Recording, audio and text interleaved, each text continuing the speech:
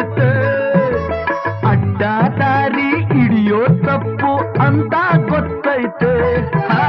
ದುಡಿಯೋದಕ್ಕೆ ಮೈಯ ತುಂಬ ಶಕ್ತಿ ತುಂಬೈತೆ. ಅಡ್ಡ ದಾರಿ ಹಿಡಿಯೋ ತಪ್ಪು ಅಂತ ಗೊತ್ತೈತೆ.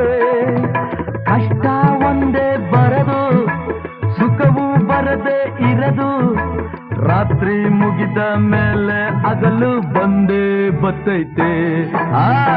ತುತ್ತು ಅನ್ನ ತಿನ್ನೋಕೆ, ಬೊಗದೆ ನೀರು ಕುಡಿಯೋಕೆ.